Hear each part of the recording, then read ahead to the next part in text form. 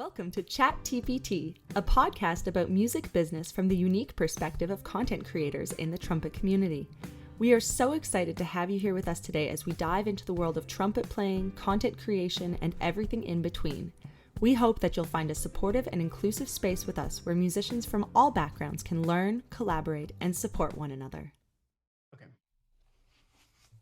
So I realized last week I asked you some questions about your how you got into social media and such, and then we proceeded to talk about like all of the other things that we wanted to talk about as we kind of went into our organic conversation. And then we didn't introduce me, so I'm just some dude who doesn't exist apparently. You exist. You exist. Because we didn't introduce me, right? So okay, which is my fault. Honestly, I'm just here for the ride. I'm like, okay.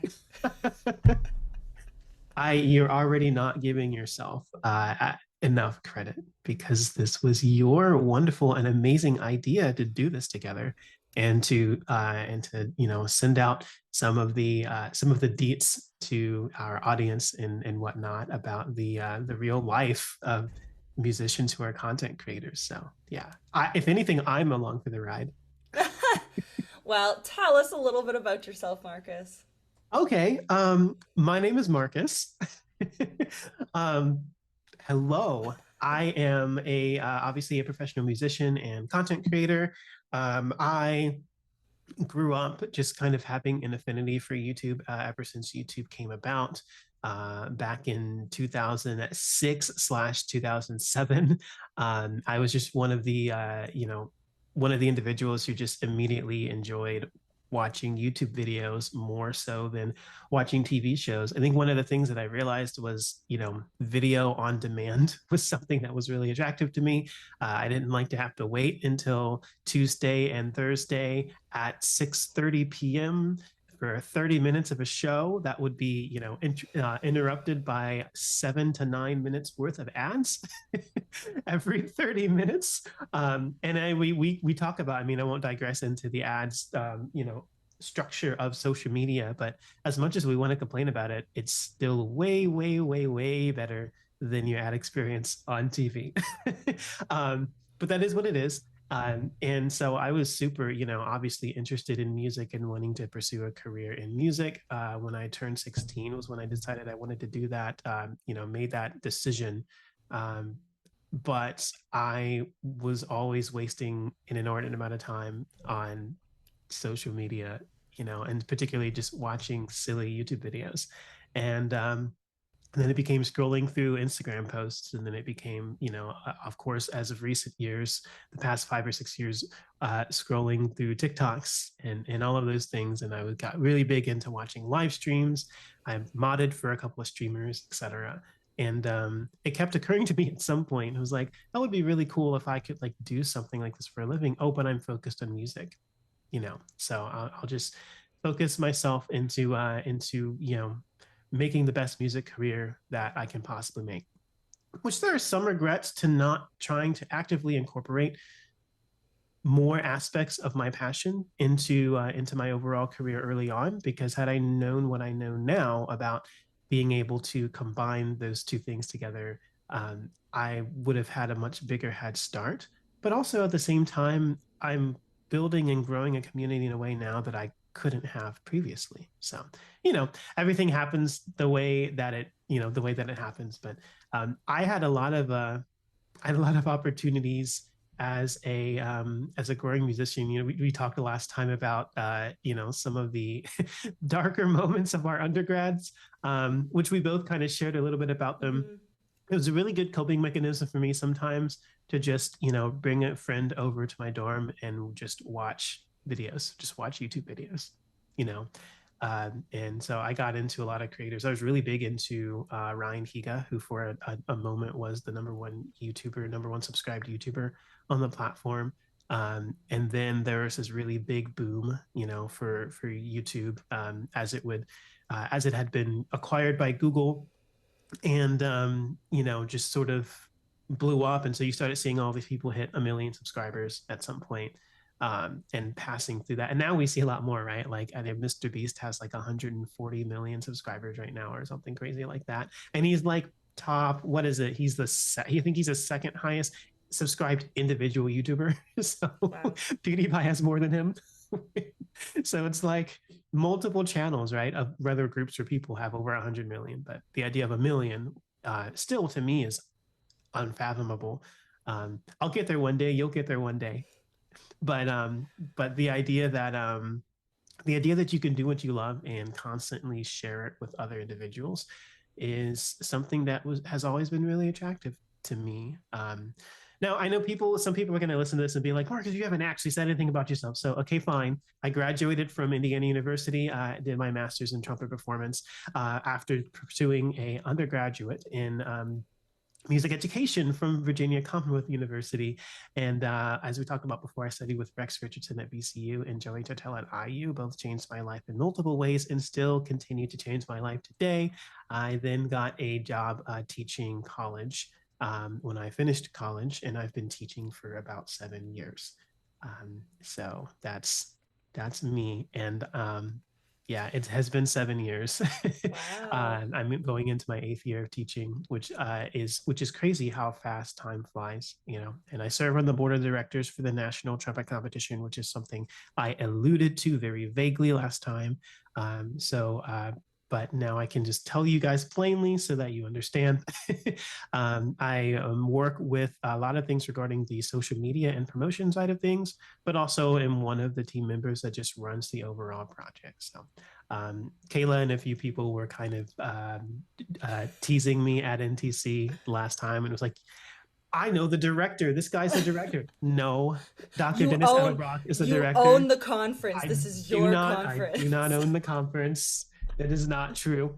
Dr. Dennis Edelbrock, who is one of the kindest people in the world, one of the most inspirational people in the world, and one of the most energetic people in the world, runs the conference. And he's just super passionate. You know, the type of passion you see from him, you would expect from someone who's fresh out of college, ready to just, you know, throw all of their passionate ideas out into the world after having to go through 4 years, 6 years, however long he spent in college, and then finally getting out into the workforce.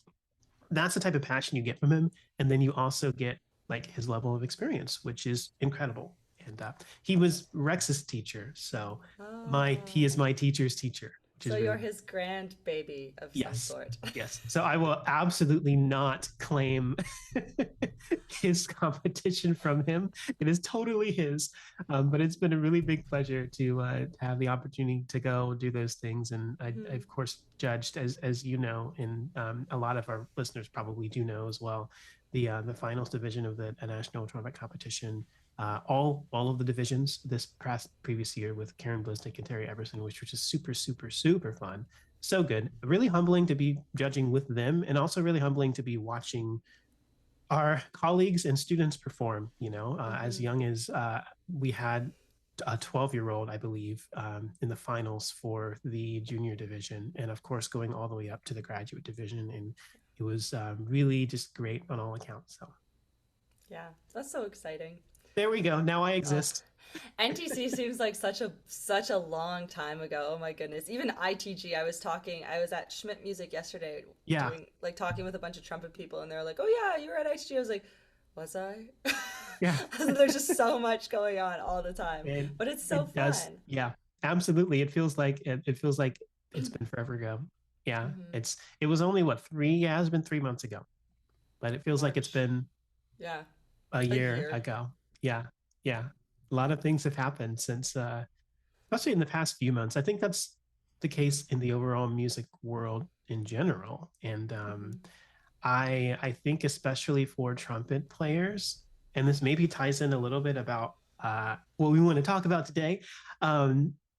It's kind of hard to keep up sometimes with how things are progressing. And one of the things, especially, you know, in our field of work, I don't know if you've noticed this as much as I have, but a lot of trumpet players, you know, some of our newer professors and a lot more students as well are starting to jump into the world of social media today, and just really be a lot more active with what they're doing. And of course, what happens as a result of that is our stuff becomes readily available to a larger audience and to more people, and as a result ends up progressing significantly faster. So our career is changing. I mean, it always has been changing by the day, but it's changing a lot faster. And there's a lot of people who there is a really big comparison game going on, as always on in the world of social media, right? We see, like, for example, I take a look at what you're doing, right, on social media, and I see that you're posting stuff every day. You're literally like dancing around and having a good old time. A few weeks ago, you were at the International Trumpet Guild Conference meeting like trumpet heroes, that were all there convened. Um, and maybe someone who didn't have that opportunity might be like, oh my goodness, she's an actual celebrity. She's taking pictures with celebrities. and and it's funny because just even you, like, just seeing you, shake your head like, oh yeah, no, I'm just Kayla, right? That's And of just course, me. I'm just Marcus too, right? We are just people who love music and who pursue our passion, as is everyone who is there. But it can kind of get in people's heads sometimes, right? Like Yeah. you've had that experience, I'm sure, especially older, especially younger. And I have as well, where it's really easy to look and see all of the exciting things someone's doing, and compare all their best moments that they share on social media with your worst moments that you don't share on social media, and think that it's a fair comparison. And it can do a lot of harmful things for our own mental health, right? Like, Yeah. it's it's a hard it's a hard thing to kind of balance what we see versus what reality actually is. And I don't know, it's kind of an interesting thing. We were going to talk about mental health today, so I think it's Yeah. a good kind of thing to at least mention and segue into. um, and to be super clear, mental health is defined as, hopefully I get this right, the state of mind that encompasses emotional, psychological, social well-being, and it influences how we think, so cognition, how we see things, so perception, and how we act, so behavior. And so when we talk about mental health, we talk about the things that are, that broadly encompass who we are as individuals, things that we can't necessarily see on the outside, especially, and maybe we can talk a little bit about, people who learn the art of masking, especially. And I mean, I think like people in your 20s and 30s, right? Like the younger part of millennials and the older part of Gen Z, right? As growing up in the business, kind of were taught by their parents, um, you know, who meant well, um, mind over matter, right?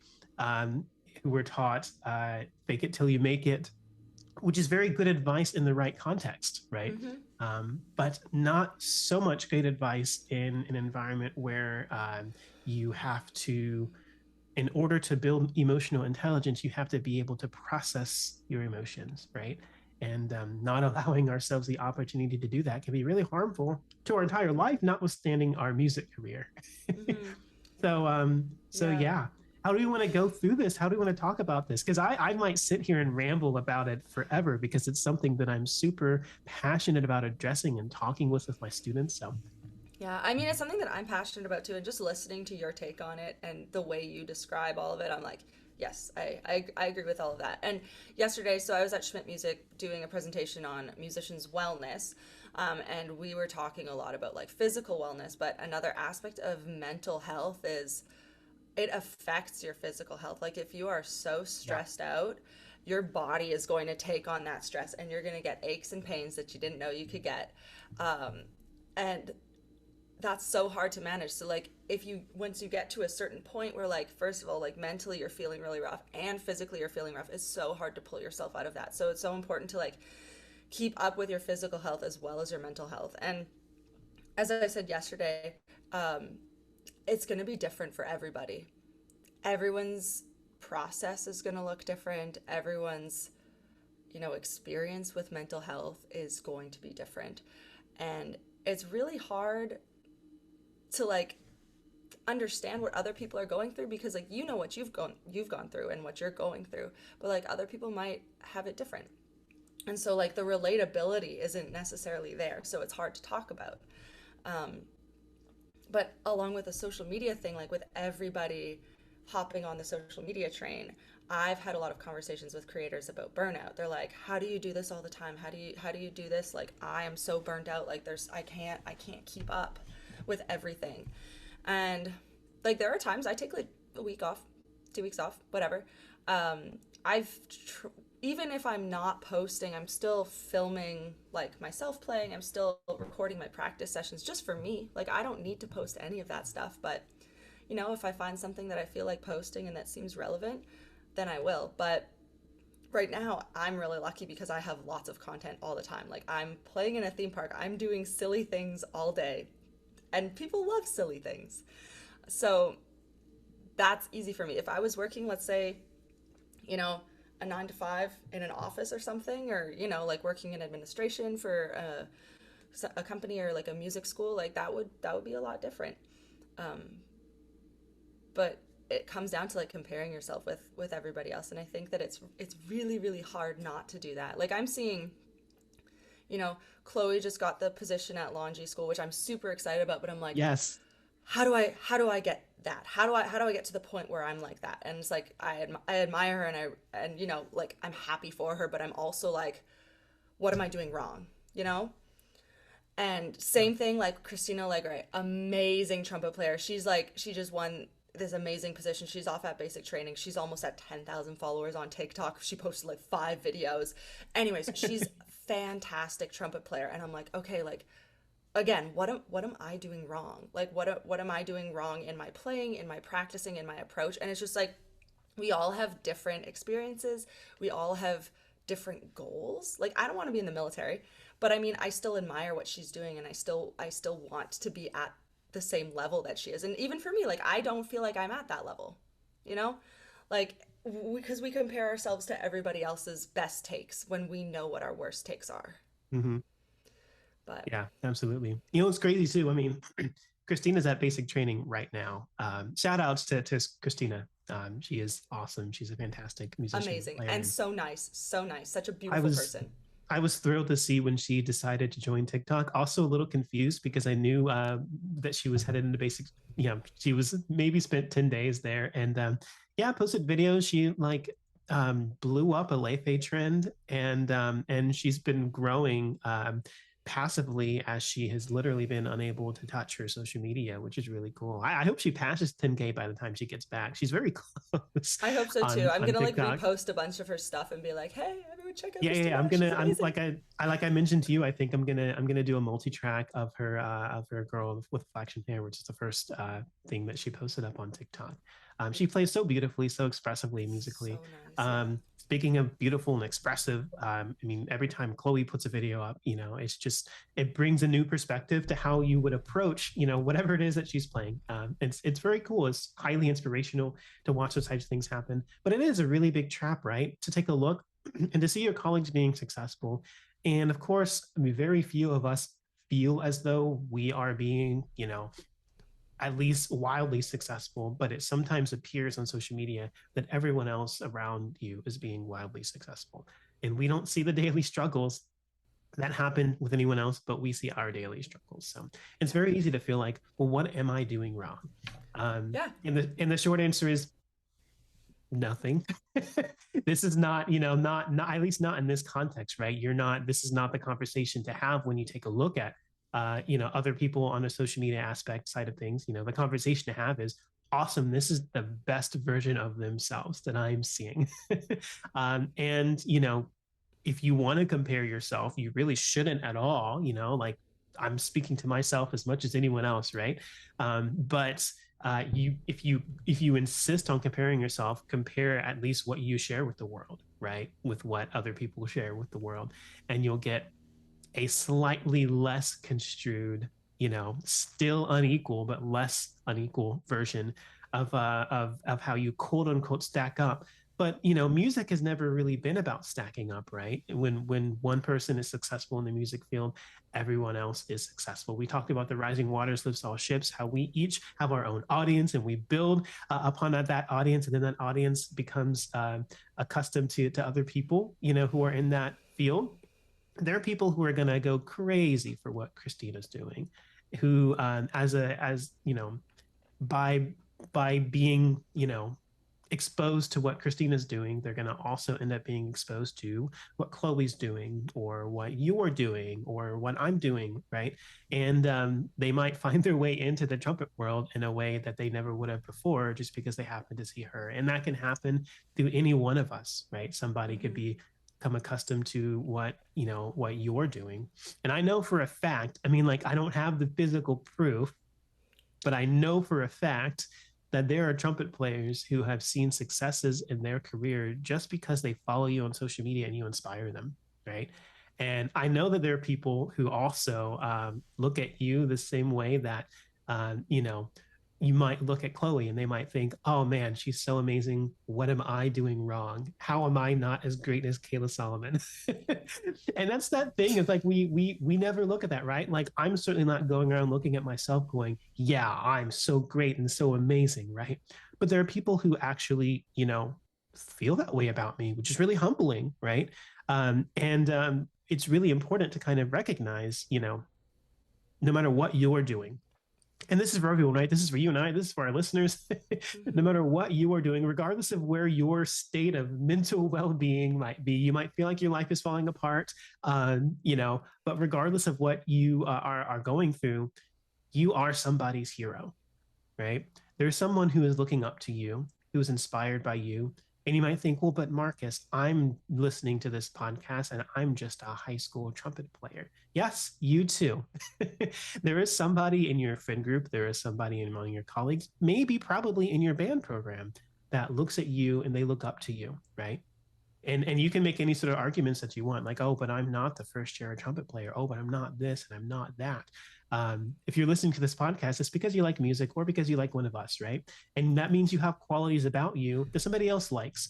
And they're going to look up to you. They're going to be inspired by you. And they're going to be excited to do good in the world in a way that they would not have been excited to do had they not been influenced with your personality and your presence. And that is true for everyone. So I think one of the really big things that has helped me as I go through the process of continually building and growing my career from the mental health side of things is to remember that someone values me all of the time. There may be times where it's really hard to feel like I can value myself and my work. And we talked a little bit about, I know you and I have vulnerable conversations with each other because we trust each other.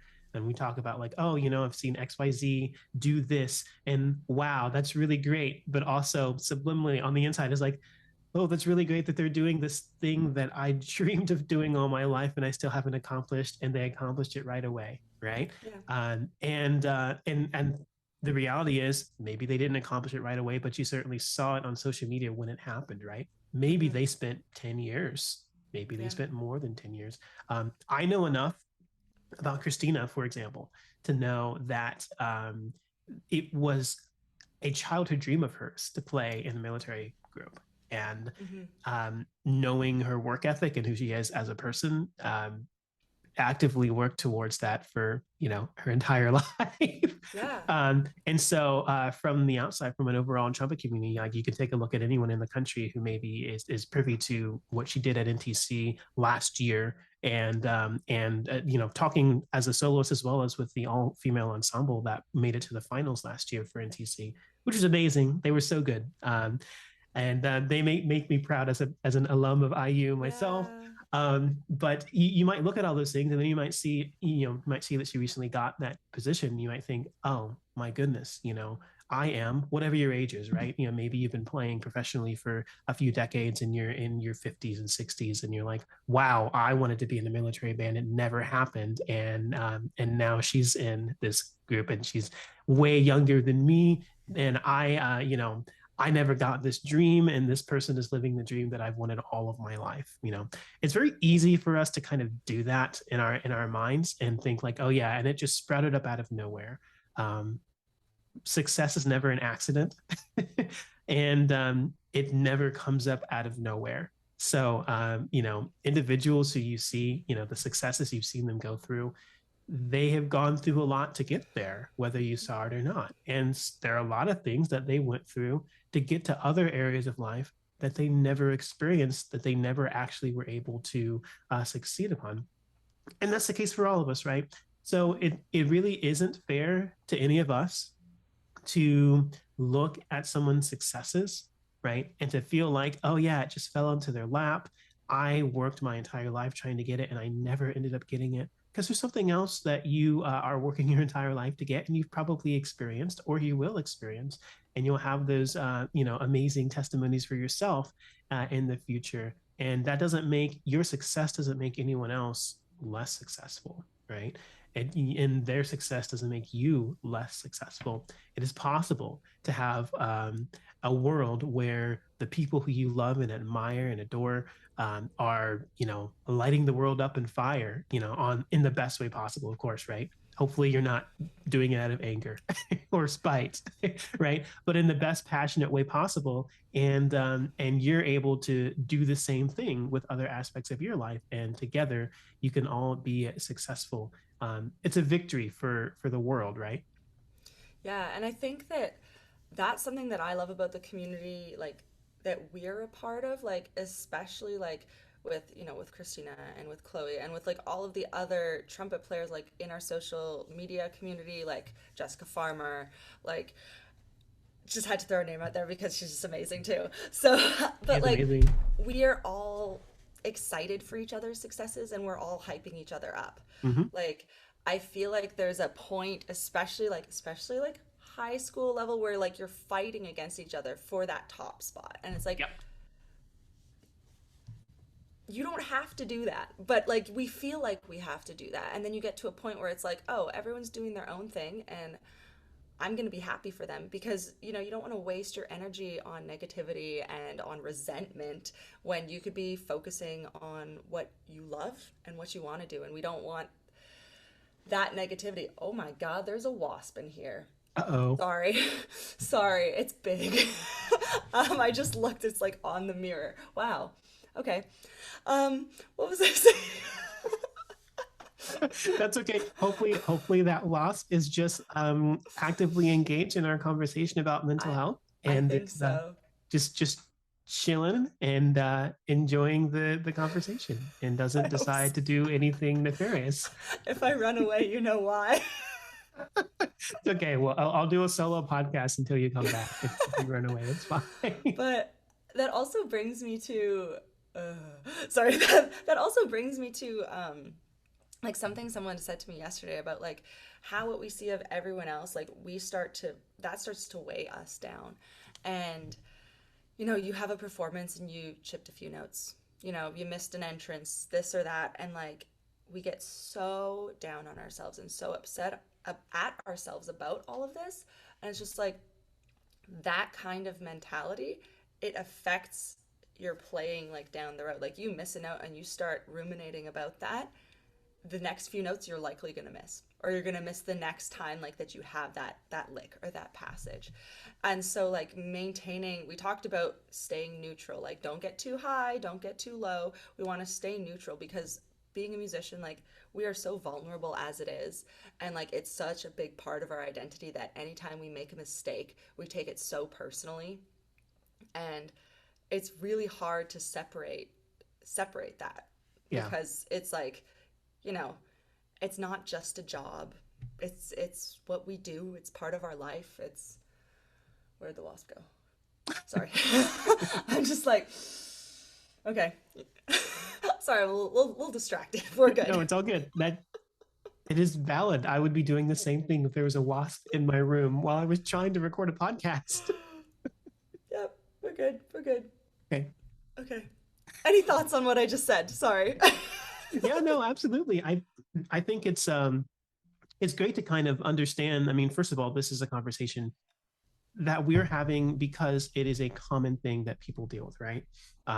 This comparison game, which leads to unhappiness, and this need to feel like we have to be perfect in order to sort of answer to the things that we see other people doing in the world, which is just not, it is not a fulfilling way of living any career, but especially not as musicians, because music is such an integral part of who we are, right? And it's very easy to fall into the trap of attaching our entire identity to the way that you perform on stage. And it's just a really dangerous thing to do, amplified by the fact that you might compare yourself with all of the strengths you saw from someone else perform on the stage. I mean, we've been doing a couple of shout outs. Let's give a shout out to Matilda Lloyd, right? You saw her perform at ITG, right? Which I didn't. I was I'm in you didn't? Oh rehearsal. I no, was you in my missed it. rehearsal. Oh, that's I so missed her performance. sad. I'm so upset. That's so But sad. they record But you got everything to and I'm meet going to her go and back you and listen. good. Okay. You got to meet her and then you said you played duets with her, right? Yes. And and it's one of those things. So I mean, like probably, I mean, I am not you, right? But we are friends and colleagues and we have a lot in common. And I can probably make a wild guess that when you played with her, first of all, Matilda is an incredible player. And I'm really genuinely jealous that you got to meet her, that I wasn't able to go to ITG specifically for that purpose. But I'm going to take a wild guess and say we can talk about jealousy later because that Mm-hmm. runs into here as well. Oh, But I'm yeah. going to take a wild guess as to saying that probably when you played with her, you noticed all of the incredible things that she was doing really well, especially playing a duet with her. And then you were instantly also noticing all of the things she was doing well that you felt you weren't doing well. I was also And you noticing all the things I was doing wrong. yeah, Yep. Every time I was like, you oh, probably weren't focused on all the things that were great about your playing, right? no, I wasn't. And I was, it's yeah. not the natural thing that we do, like when we sit next to people who we respect, and people who mean a lot to us, who we look up to, etc. When we see they do something well that we want to do well, that's our focus, right? And we talked a little bit about in you know, we'll have a podcast episode devoted to this in the future, I'm sure. But you know, the law of attraction, right? And how the psychologically the mind doesn't understand positives or negatives. So if you focus on avoiding failure, then you're going to fail at whatever it is because your focus is on failure. But if Mm-hmm. you focus on achieving success, then you'll be successful because it focuses on success, right? Yeah. And so that comparison game makes it really difficult because we're focusing on all of our imperfections. So what we end up doing is we end up crediting and validating and amplifying all of those imperfections in our own perception of who we are as musicians and, like we were talking about before, as people, which is so dangerous. I'm willing also to bet. I mean, like I said, I wasn't at ITG and I didn't have an opportunity to talk to Matilda. But I bet she also had some really positive feelings and thoughts about having the experience with you. And probably was nothing like the experiences that you had in your mind as you were playing a duet with her, thinking, "Oh my goodness, she's so good!" Right? Yeah. And that's the trap that we run into as musicians. It's very common. And I should say, I keep saying musicians for our audience, but it's a human thing, right? We it's very hard for us to step outside of ourselves and look at all of the things we do well and to celebrate those things. It's just a part of our human nature and a part of musician nature as well. It's how we get to where we are, to pick out all of the things that we want to improve upon. And it can be really productive in the practice room when you say, all right, I'm excited to work on XYZ and I'm going to get so much better at the end of this practice next week and next year. But it can also put us in a very toxic headspace if we're not too careful and if we're not noticing what's going on, right? Um, Mm-hmm. so anyway, I wanted to give a shout out to Matilda because Matilda's amazing. Oh my But goodness. Yeah. that's one of those examples, right? Mm-hmm. And I guess like going back to what you said about like someone looks up to you, like you might not know it and you might not realize it. Since joining social media, I get a lot of messages from like younger girls, younger women saying like it's so nice to see you out there playing trumpet. And like I'm the only girl in my section and seeing Yeah. what you do makes me feel like I'm not alone. And yesterday, when I was doing the presentation, this 12-year-old girl came with her mom. They were doing like a whole marching band thing, but like she just came on her own because I guess she saw a post on social media because she's in the area, and she and her mom watched my entire presentation and they asked for a picture after, and they were like, yeah, she's been following you for a while and like everything you say is just like so awesome, and like she's got a really great trumpet teacher here in town, but can she have a lesson? And I was like, yeah, of course. Like I would, like I would love to. I love teaching. I love working with people, and like the stuff that I do, especially like on wellness and like using the rest of the body to play trumpet is very unique, and not a lot of people talk about it. But I was talking with another trumpet player in the shop afterwards, and he was like, "Yeah, so that girl, she's 12, and she can play a high F on piccolo trumpet already." And I was like, I should be asking for a lesson. I was like, I should be asking her for a lesson. Goodness me. Like, I didn't even know what a piccolo trumpet was when I was 12. I don't even think I knew, like, what the fingers for, like half the notes were when I was 12.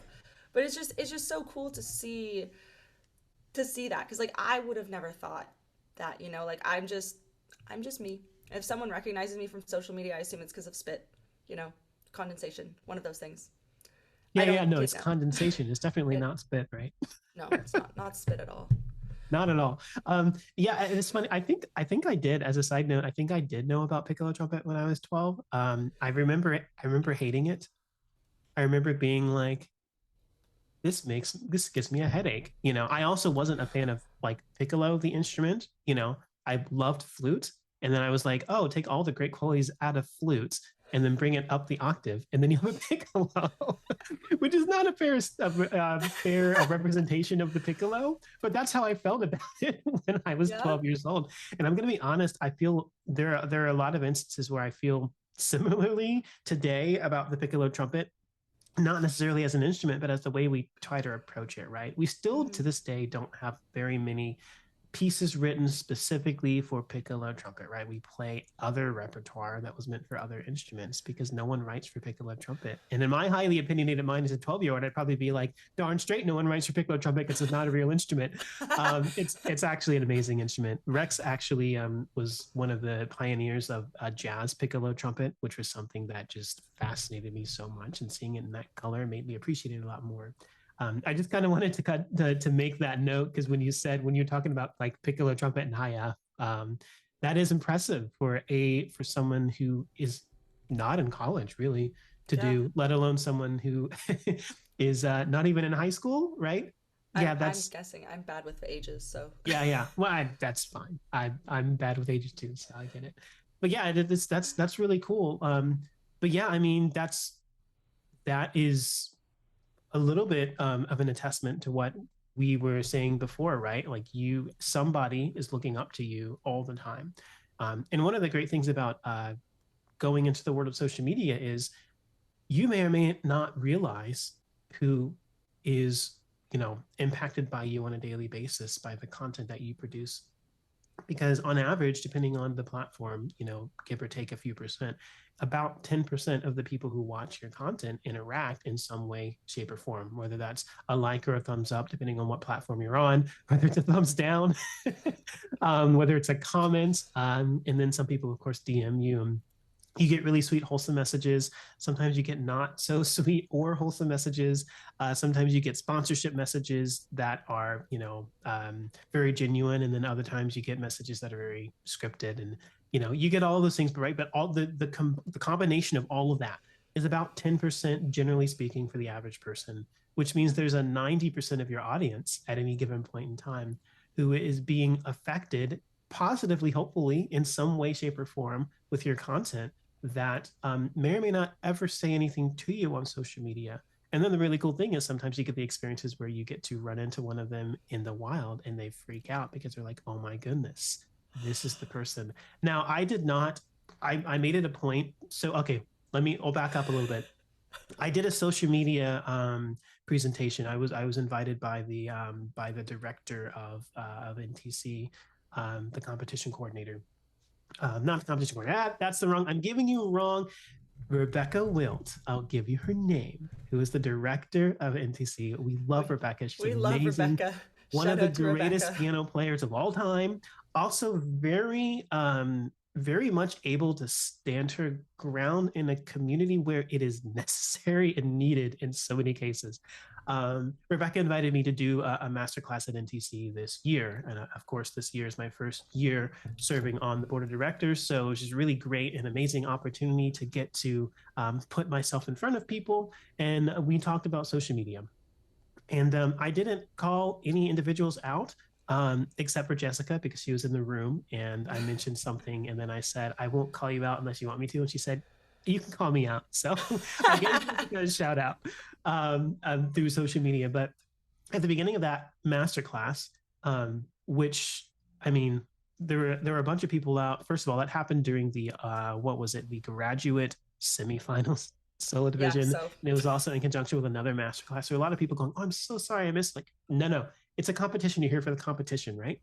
But for the people that were there, I asked them, we got a couple of show of hands for a few things. And one of the questions I asked them was something to the effect of, is there an individual that you have followed on social media for over a year who you're meeting now at NTC for the first time, and you got a ton of people raising their hand. And we were just basically talking about the power of social media, right? It's not something even 5 years ago, but especially 10 years ago, right? That would be a thing that you would notice, right? Networking is what happened at in-person events. You would go to Midwest Clinic or ITG or NTC, or if you play horn, it's the horn symposium, right? If you play tuba, it's a tuba euphonium, whatever it is, and you would meet people there.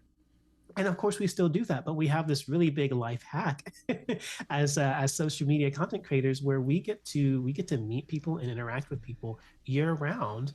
And we may have never met them in person, and we have this built up anticipation of how amazing it's going to be. Oh my goodness, this person is headed to NTC, and I get to see them, and it can be the coolest thing in the world. And you're excited about that trip, and you have that experience, and then you run into them for the first time, and it's really, really cool. It was cool for me to get to see you at NTC last year. Was our first time meeting in person in Delaware, right? Mm-hmm. And we got to spend some time talking together, and just sort of exchanging ideas and talking about overall passion in the field and whatnot. It's super great and rewarding. There is a how do I say this without embarrassing you, Kayla? I don't know. There is a large number of individuals who, without me even prompting it, came to me and they're like, "Oh yeah, I follow Trumpet Solo on Instagram." And it was really cool because she competed at NTC, and we got to actually see her play live. And wow, she's so great at the instrument. And I wish I could be like that. And I had students as well. My school, VCU, went there, and as a lot of you guys probably who are listening know, I teach at VCU in the music theory department, and Rex Richardson still is the head of the trumpet studio. And I help them every now and then, but my experiences with the trumpet studio on a direct standpoint is few and far between. I got to have them, as my guests essentially at NTC this year because they were competing, and they all came to me and they were like, "Yeah, we got to meet Kayla." It was like a really great highlight of their experience, right? These are things we don't see. Hopefully I didn't embarrass you too bad. No, these are things I we think don't that's see. So sweet. Good. I'm glad you feel that way. We don't see these things usually, right? People will talk about you, and how much they're inspired by you and look up to you. And you're not always necessarily there in the room, but it happens, and it happens all of the time. And so when we talk about really the comparison game as it affects our mental health, those are the things that inevitably don't become a part of our narrative because we just don't experience it, whether or not we know that it's happening. We just don't experience it, and as a result, it creates this lopsided idea of what we think we have and haven't accomplished, and what we think we can and can't accomplish. So I think it's interesting. I mean, what do you feel? Because you specialize in wellness, right? So I think it's great. You specialize in wellness. I do. So I think it might be a good opportunity to sort of prompt you to speak about what are some of the things that we as musicians could do to acknowledge and handle and deal with the detriments that come about from struggling with mental health in our field. That's a loaded question, Marcus. that is I could talk about this for hours. I have an entire chapter in my dissertation about mental health. Next 7 weeks of podcast is going to be mental health. Mental health, chapter 1, chapter 2, chapter 3, chapter 4. Yes. The entire season. I think the first thing that's so important is that we need to talk about it, because I grew up, and like you said, our parents mean well, the older generation, they mean well, but I grew up not feeling comfortable talking about where I was at mentally. If I was upset, I didn't want people to know. and that also like comes with masking, right? Like neurodivergent folks, like, you know, you grow up and you learn how to mask and you learn how to present yourself to other people so that you appear normal, but you're not really your truest self. And I feel like not allowing yourself to be who you truly are takes a toll on your mental health, and it's like just so draining for your energy. So that's something that I've been working on the last few months, is just trying to be more genuinely me. Like, you know, I like to be silly and I like to dance and, you know, just like move around and, you know, I spew ideas left and right, and like someone says a word and I start singing a song that I associate with that word. And I love the environment here because I'm able to do that, because these other musicians, they like pick up on it and they start singing along with me. And it's like all of this stuff. But that's what goes on in my brain. And usually I would suppress that. I would just like, you know, sit and I would be very serious, you know, because I am a doctor and I am professional and this and that. But like, you know, like masking and doing that sort of thing, it just like, it drains your energy and it affects your mental health, like, you know, because you're not showing the world who you are, so it feels like nobody really knows you, and then you feel even more alone. But I think that talking about it is the most important thing. Like that's the first step that everybody needs to take. And I want to do a shout out to Sarah Curtis. She's a flute player, hyper up on TikTok and Instagram, but she's been super open about her mental health journey. And when I've talked to her about it and said how like inspiring it was, she was like, you know, I just hope that even one person doesn't feel alone because I shared this. So yeah, so I think like, you know, whether or not you share it on social media, whether or not you like talk about it with your friend, or, you know, you don't have to talk about it with your parents if you don't feel comfortable, but like, you know, getting it out there makes it feel less scary. Even writing things down, like taking that weight of like holding it inside off of you is gonna like make you feel a lot better too. And there are so many things that you can do for wellness and, you know, mental health. And I can say, you know, don't compare yourself to others, this and that, but like in the end, it's just like you need to be your own hype man. You got to hype yourself up, even if, you know, you don't want to, or you don't feel like you deserve it. Like in lessons, I've always struggled with, especially when teachers are like, okay, what did you do well? And I'm like, absolutely nothing. Like I did nothing well in that entire thing. And they're like, well, that's not true. But I've started doing that to my students. And so I'm getting them to like reflect and be like, what did you do? What did you do well? And then they can't figure it out. I'm like, you got all the notes? You got all the rhythms? Maybe we could work on musicality a little bit, but like you're doing all of these things right. And just sort of having that like conversation with yourself. You know, I have these shows every day. I have a very strong tendency to split my first note above the staff every show. And, you know, I'm like, you know, so mad, so frustrated about that. And like, I dwell on it and then it happens again. So it's like, it's this cycle. But, you know, if I go out there and I think, okay, focus on breathing, focus on the core, or like, if I actually do get a note, it's like, okay, maybe I missed that note, that like G sharp above the staff, but I nailed the E above the staff. Like, what's the problem? You know, like, you know, that's something I did well. Like I'm regularly hitting those E's above the staff now, and I couldn't do that in the first week. You know, not after playing 20 minutes of music and then having to end on like, first of all, who wrote this? But but yeah, so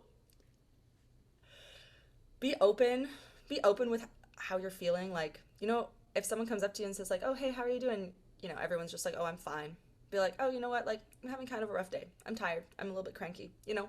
Like, you don't have to go into all of your trauma, but, you know, you can be honest with people and be like, look, I'm not feeling 100% today. I feel like 70% today. I will give you what I can at my 70%. And other days, you'll have 100%. But we need to be more understanding of each other and like empathetic, and just, yeah, that's what I feel about mental health. I want people to be more open about it. I don't want it to be something that people are afraid of talking about. Yeah. It's so hard though. It's so hard because there's this whole like cloud, this whole stigma around it where it's like, oh, you know, if I broke my arm, people would be like, oh my God, like get better soon. Like, I hope you're okay. But you know, like, hey, I'm struggling with depression. Like, Yeah. nobody seems to care, or they're like, oh, it's not real because we Yeah. can't Yeah. see it. Like, But well, it you look is. fine to me. Yeah. That's Hmm. because I'm masking. Yeah. Yeah. Yeah. You know? Yeah. Like, but we could do a Yeah. whole other talk on this. We I can keep and we going. should.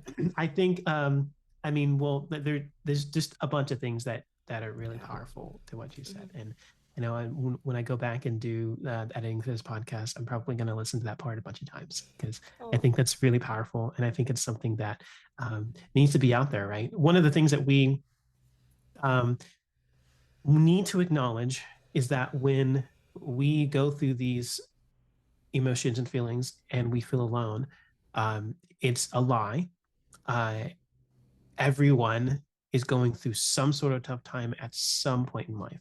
And not everyone deals with mental health, but it's a really large, a much larger amount of individuals than we initially realize. And one of the biggest things that we can do to help find that community is to allow ourselves to be vulnerable and to allow ourselves to be open and to say that.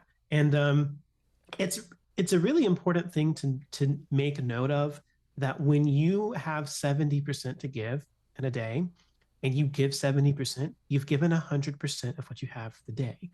mm-hmm. And it's worth celebrating that you're able to give your all in any given day, depending on what that might be, and acknowledging the fact that your all is going to be different, you Yeah. know?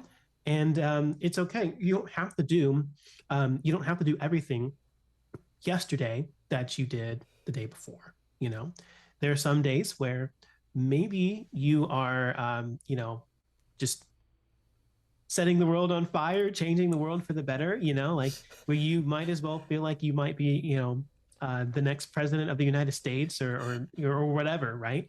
And then there are other days where you maybe can't even get out of bed until 2 p.m., 3 p.m., depending on the day, right? It's just you're Yeah. so exhausted physically or mentally or emotionally or whatever. And there might be other days where you get out of bed and everything you do, it seems like you run into a wall here, you run into a wall there. You go and you try to accomplish X number of tasks on the trumpet and you feel like you don't accomplish any of them. And then you go to your lesson and you don't sound nearly as good as you felt like you sounded all week long. And then you go home and you go on social media and you see that someone you really care about gets the job that you really wanted. And sometimes those things happen, right? And so, Yeah. and that is usually what happens, right? Things pile on top of each other because, again, we talked about the psychological aspect of when you focus on something, that thing makes itself more known to you. But as you go through that process, I mean, if you have 20% to give on one day, 20% is 100%, right? And if you're giving 100% of that 20%, that is something to consider a success and not a failure, right? And to not get down on yourself when you're going through the day and feel like, well, I mean, I sent 56 emails yesterday, but then I only sent 3 today, right? Okay. If 3 was all that you could send, then congratulations, you did all that you could, right? And Mm-hmm. I think it's just really important to recognize that, as human beings, we are not equal among each other, but we're not even equal among ourselves from day to day, right? Some days we have energy, physical, mental, emotional energy to do things that other days we just won't. And that's okay. And accepting that is also a part of allowing yourself to regulate your mental health. The other thing that you kind of alluded to as well, and I think is really important to underline this too, is that it's okay to be vulnerable, which means it's okay to allow your emotions and allow your challenges to be acknowledged in your life without necessarily allowing it to bring you to a point where you're not able to properly function, right? And one of the biggest, most helpful, and most overlooked types of intelligence in the world, something that's not taught in schools, by the way, is emotional intelligence, right? And your ability to understand what it's like, how someone's demeanor is when they're having a good day versus a bad day, right? How you're able to connect with someone and help people be successful on the days where they're not at their best, and subsequently when you're not at your best, right? And being able to recognize how to embrace and to validate all you are as a human being every day, no matter when you show up, where you show up, or how you show up, because you are still human. And being human is a great thing, right? It brings us about this journey that we have, this journey of growth, this journey of exploration, and all of the things that we get to deal with. And as musicians, all of the joys that come with all of the successes we do have as a musician, you're probably a better musician today than you were 10 years ago, right? And so there's a journey. It's never a straight journey, right? There are ups and downs always. But as you go through those hills and valleys and mountains, etc., overall, you have the opportunity to experience things that you were never able to experience in the past. And it's a result of that amazing and wonderful journey. So just, it's, Kayla and I both will say this very passionately, but be very careful not to allow your day-to-day experiences to discourage you from the bigger picture, which is, first of all, that you're amazing, right? We all are as human beings. You're a And star. as musicians, yes, you're a star, exactly. And as musicians, that's especially true because you are doing something that is way harder than the average, cubicle job, right? Sitting and doing, in many cases, the same thing every single day, right? But you have challenges that bring about, um, you know, new goals and new obstacles, etc. Every single day that you pick up the instrument. And so you're having to teach yourself and to learn and to make adjustments constantly. That's a very difficult thing to do, and in a career that isn't necessarily the most stable of careers, right? Just because of the nature of how art is both perceived and created, right? It's the sheer fact that you're able to do something in that field is something worth celebrating and something worth being proud of. And yeah, just don't allow yourself as you go through the overall journey to allow your valleys to make it impossible for you to see the heights on the top of the mountain, right? When you can see the world and you can see the passion and all the great and wonderful experiences that you have as a result of doing what you do today. When one person is successful, when I'm successful, when Kayla's successful, when anyone that we've given a shout out to today is successful, it's ultimately going to be good for you, and you will also have those successes, and we will also be able to celebrate those successes with you. These are great things. It is a great thing for us to all be healthily progressing and doing good out in the world. And just remember, you are somebody's hero, right? Everyone is somebody's hero. So with that, if you guys are going through tough times, right? Chin up, you got this, right? And maybe you don't have to show up to the rest of the world and appear like you've got it all together, right? But just understand that you're in this journey where you're progressing, and you'll have days where it'll be a lot better than whatever you're going through today. That time and the ability to have that perspective and to process your emotions is the important part that's going to help you to progress. Don't forget to stay up to date with us on social media. You can find us on YouTube at Chat TPT and individually on Instagram, TikTok, YouTube, and Threads at TPT Solo and at MS Grant Music. We love hearing from you and staying connected with our amazing music community. If you enjoyed today's episode and found it valuable, please consider sharing it with your fellow trumpet players and music enthusiasts. Your support helps us grow and reach even more people. Please leave a review on your favorite podcast platform. It would mean the world to us. Your reviews help others discover our show, and we're always eager to hear your feedback. Thanks for tuning in and being part of the Chat TPT family. We'll be back soon with more inspiring conversations and valuable insights. Until next time, keep playing those beautiful notes and stay connected.